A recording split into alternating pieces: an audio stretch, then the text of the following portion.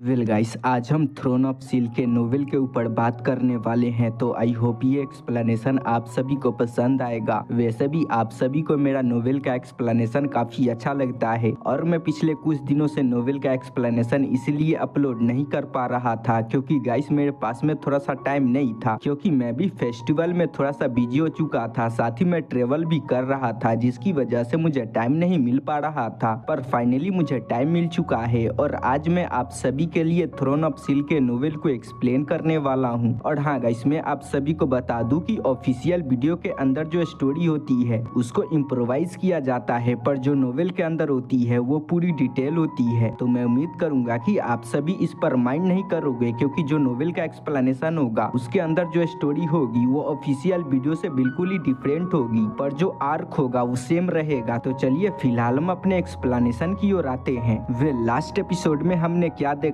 था, जो हाउचेन था वो असेसन टेम्पल की मदद करने के लिए आ चुका था और असेसन टेम्पल के ऊपर जो अटैक हुआ था हाउचेन ने उसके अंदर पार्टिसिपेट किया था और वहां पर एक डीमन गॉड को मार दिया था। और वहां पर जो भी डीमंस आए थे अटैक करने के लिए हाउचेन ने उन सभी को भगा दिया था। और साथ ही हमने ये भी देखा था कि ओजा सिटी के बंदों के ऊपर एक तरीके का स्पेल लग चुका था, जिसकी वजह से उन सभी की हालत खराब हो चुकी थी। कार का फादर इस चीज का जिम्मा अपने सर पर उठाता है और कहता है कि मैं डीमन टेरिटरी के अंदर जाऊंगा ताकि मैं इसका कोई इलाज खोज सकूं। और इसके बाद वो अपने टीम के अंदर कुछ बंदों को रिक्रूट करता है और इसके बाद वो डीमन टेरिटरी के लिए निकल जाता है, जिसके अंदर हाउचेन और कार्ड भी मौजूद होते हैं। वेल अगले सीन में हमें उन सभी को दिखाया जाता है जो कि डीमन टेरिटरी के अंदर आ चुके थे और डीमन टेरिटरी बड़ी थी, जिसकी वजह से वो सभी टीम के अंदर बटकर अलग अलग डायरेक्शन के अंदर चले जाते हैं। हाउचेन के टीम के अंदर कार होती है, जहां पर उनका सामना 12th डीमन गॉड से होता है। जो 12th डीमन गॉड होती है वो कार के खूबसूरती से ऑब्जेस्ट हो जाती है और वो कार को अपना उत्तराधिकारी बनाना चाहती थी, पर जो कार होती है वो उसका उत्तराधिकारी नहीं बनना चाहती थी, जिसकी वजह से उन तीनों के बीच में कड़ी फाइट होती है और यहीं पे पिछला एपिसोड खत्म हुआ था। तो चलिए फिलहाल हम अपने नोवेल की ओर बढ़ते हैं। वेल इस एपिसोड की स्टार्टिंग में हमें 12th डीमन गॉड को दिखाया जाता है जो कि अभी भी हाउचेन से फाइट कर रही होती है, पर जो हाउचेन होता है वो उसके सारे अटैक को ब्लॉक कर रहा होता है। तभी हमें कार को भी दिखाया जाता है जो कि हाउचेन की मदद करने लगती है, जिसकी वजह से 12th डीमन गॉड को भी काफी परेशानी होने लगती है। वहीं पर हमें 12th डीमन गॉड को दिखाया जाता है जो कि कार से कहती है कि कार, मैं तुम्हें आखिरी मौका दे रही हूँ, तुम्हें मेरा डिसाइबल बन जाना चाहिए। पर हमें कार को दिखाया जाता है जो कि उसके बातों को मना कर देती है, जिससे 12th डीमन गॉड काफी गुस्सा हो जाती है और इसके बाद वो कहती है कि तुम्हें इसके लिए काफी पछताना पड़ेगा। और इसके बाद वो ओजा सिटी के लिए निकल जाती है ताकि वो पूरे ओजा सिटी को डिस्ट्रॉय कर सके। वेल अगले सीन में हमें 12th डीमन गॉड को दिखाया जाता है जो कि ओजा सिटी के ऊपर अटैक कर देती है। साथ ही हमें काफी सारे डीमंस को भी दिखाया जाता है जो कि वहां पर आ चुके थे, जो कि ओजा सिटी पर अटैक करना स्टार्ट कर देते हैं। अब अचानक से हुए हमले की वजह से ओजा सिटी के बंदों को काफी परेशानी होने लगती है, पर इसके बाद भी वो सभी हार नहीं मानते और अपनी पूरी कोशिश कर रहे थे डीमंस को रोकने की। पर डीमंस की तादाद काफी ज्यादा होती है, साथ ही डीमंस के अंदर काफी पावरफुल वॉरियर मौजूद होते हैं। पर अभी के टाइम में ओजा सिटी के जो पावरफुल वॉरियर मौजूद होते हैं उसमें से काफी सारे पावरफुल वॉरियर कार के फादर के साथ में जा चुके थे, जिसकी वजह से ओजा सिटी को उन सभी का सामना करने में दिक्कत हो रही होती है। वेल अगले सीन में हमें जंगल का सीन दिखाया जाता है जहाँ पर हमें हाउचेन और उसके टीम मेंबर्स को दिखाया जाता है जो कि समझ चुके थे कि जो 12th डीमन गॉड है वो ओजा सिटी के ऊपर पहुंच चुकी है और उसने ओजा सिटी के ऊपर अटैक करना स्टार्ट कर दिया है, जिसकी वजह से वो सभी परेशान हो चुके थे और कहते हैं कि हमें तुरंत ही वहां के लिए निकलना होगा, जिसके बाद वो सभी वहां के लिए निकल जाते हैं। वेल अगले सीन में हमें उन सभी को दिखाया जाता है जो कि ओजा सिटी के अंदर आ चुके थे, जहां पर हमें 12th डीमन गॉड को दिखाया जाता है जो कि अभी भी काफी गुस्से में होती है और इसके बाद वो कार को दोबारा से मौका देती है ताकि वो उसकी डिसाइबल बन जाए। पर कार अभी भी उसके बातों को मानने के लिए तैयार नहीं होती है, जिससे 12th डीमन गॉड काफी गुस्सा हो जाती है और इसके बाद वो कार से कहती है कि कार, यहाँ पर जो भी होने वाला है तुम इसके लिए मुझे ब्लेम मत करना। और इसके बाद वो अपने लस्ट पावर को रिलीज करने लगती है। उसकी जो लस्ट पावर होती है वो काफी पावरफुल होती है, जिसको वहां पर मौजूद कोई भी बंदा रेजिस्ट नहीं कर पा रहा था और वो सभी उसके लस्ट के अंदर आने लगते हैं और वो सभी कहने लगते हैं कि अरे यार ये लड़की तो काफी ज्यादा हॉट है। वहीं पर हमें 12th डीमन गॉड को दिखाया जाता है जो कि अपने लस्ट डांस को स्टार्ट कर देती है, जिसकी वजह से वहाँ पर एक बहुत ही बड़ा स्पिरिचुअल बॉडी अपीयर हो जाती है और वो डांस करना स्टार्ट कर देती है, जिसकी वजह से वहाँ पर मौजूद बंदों की लस्ट और भी काफी बढ़ जाती है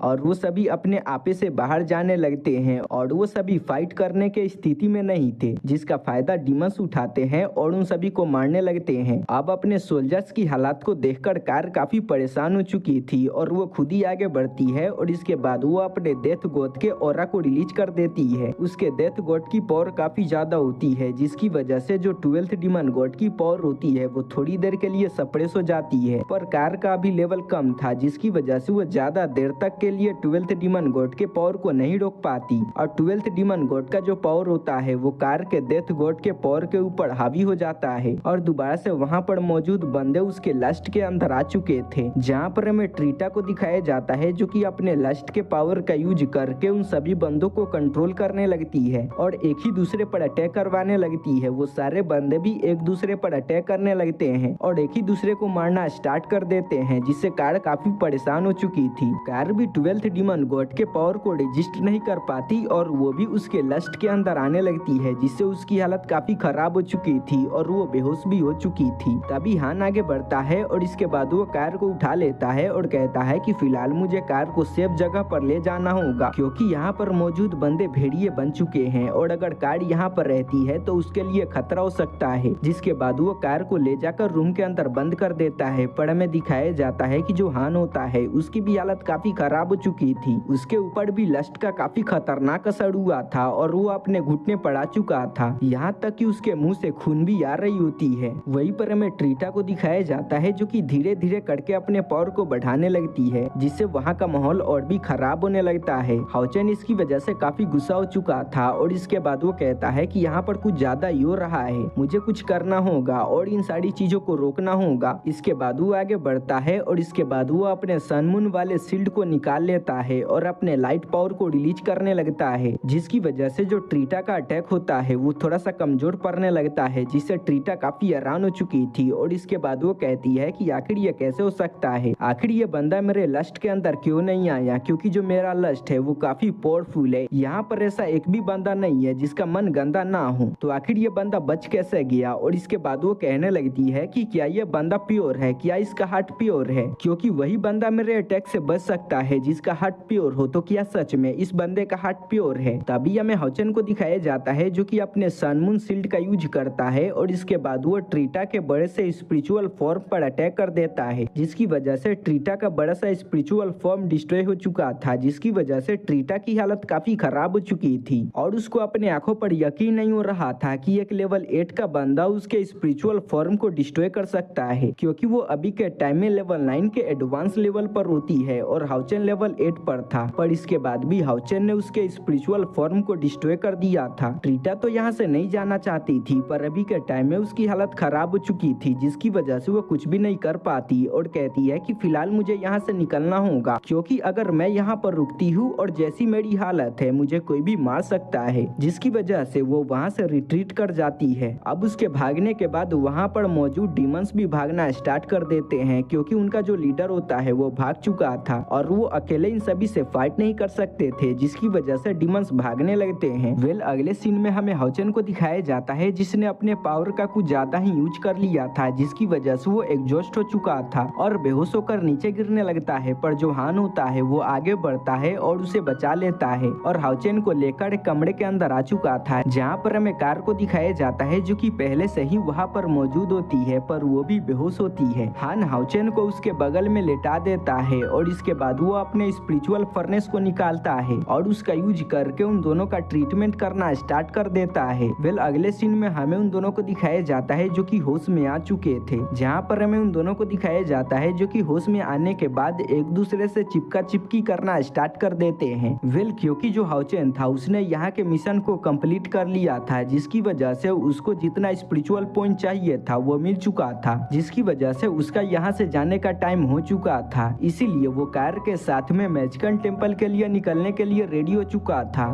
और इसी के साथ में इस नोवेल का एक्सप्लेनेशन यहीं पे खत्म हो जाता है। गाइस नोवेल के अंदर तो यही दिया गया है, पर जो नोवेल का एक्सप्लेनेशन अभी आप सभी ने देखा उसके अंदर मैंने ट्रेलर का रेफरेंस भी लिया है। जैसा कि मैंने अभी नोवेल के एक्सप्लेनेशन के अंदर बोला जो ट्रीटा होती है वो कार से कहती है कि तुम मेरा डिसेबल बन जाओ, पर कार मना कर देती है, जिसे वो गुस्सा हो जाती है और इसके बाद वो उसके ओजा सिटी को डिस्ट्रॉय करने के लिए निकल जाती है और वहाँ पर अटैक करना स्टार्ट कर देती है। पर नोवेल के अंदर ऐसा नहीं दिया गया है, बल्कि हमें यह दिखाया जाता है कि जब फर्स्ट बार डीमंस ने ओजा सिटी पर अटैक किया था तो हाउचेन आकर उन सभी को बचा लेता है। वो सारे बंदे अपनी तैयारी करना स्टार्ट कर देते हैं ताकि बाद में जब डीमंस उन पर अटैक करे तो वो उन सभी के अटैक को रोक पाए। हाउचेन उन सभी को दिमाग देता है और कहता है कि हम सभी डीमंस के अटैक करने का इंतजार क्यों कर रहे हैं, हम डीमंस के अटैक करने से पहले ही उन सभी पर अटैक कर सकते हैं। और इसके बाद वो एक टीम को बनाता है और वो सभी राती में निकलते हैं और डीमंस के कैंप पर अटैक कर देते हैं और काफ़ी सारे डीमंस को मार देते हैं और उनके कैंप के अंदर आग लगा देते हैं, जिससे डीमंस गुस्सा हो जाते हैं और जो ट्रीटा होती है वो ओजा सिटी पर अटैक करने के लिए आ जाती है और इसके बाद वो ओजा सिटी पर अटैक करना स्टार्ट कर देती है। गाइस, मैंने आप सभी को अभी जो बताया वही नोवेल के अंदर दिया गया है, यही रियल स्टोरी है, पर मैंने शुरू में जो नोवेल को एक्सप्लेन किया है उसके अंदर मैंने थोड़ा सा फेरबदल कर दिया है और मुझे लगता है कि जो ऑफिशियल वीडियो के अंदर स्टोरी होगी वो यही होगी। गाइस, आप सभी को परेशान होने की कोई भी जरूरत नहीं है। मैंने जो नोवेल को एक्सप्लेन किया है उसके अंदर मैंने ज़्यादा चेंजेस नहीं किए हैं। मैंने शुरू के 1-2 मिनट को ही चेंज किया है, जिसके अंदर जो ट्रीटा होती है वो कैसे ओजा सिटी पर अटैक करने के लिए आती है, उतना ही दूर का जो स्टोरी है उसको ही मैंने चेंज किया है। तो आप सभी को परेशान होने की कोई भी जरूरत नहीं है। आगे की जो भी स्टोरी है वो ऑफिशियल वीडियो में भी दिखेगी और नोवेल के अंदर भी वही दिया गया है। मैं उम्मीद करता हूँ कि यही हो, क्योंकि ऑफिशियल वीडियोस वालों का कोई भी भरोसा नहीं है, वो कभी भी स्टोरी को चेंज कर सकते हैं। तो चलिए मिलते हैं इसके ऑफिशियल वीडियो के एक्सप्लेनेशन के साथ में। और हाँ गाइस, मैं आप सभी को बता दूं कि इसका जो ऑफिशियल वीडियो का एक्सप्लेनेशन होगा मैं अपनी पूरी कोशिश करूंगा कि उसको 10 या 11 बजे रात को अपलोड कर दूं, और अगर मैं ऐसा नहीं कर पाया तो मैं उसको सुबह 6 बजे या 7 बजे अपलोड कर दूंगा। तो प्लीज आप सभी आकर देख लेना। तो चलिए इसी के साथ में हम इस एक्सप्लेनेशन को यहीं पर खत्म करते हैं।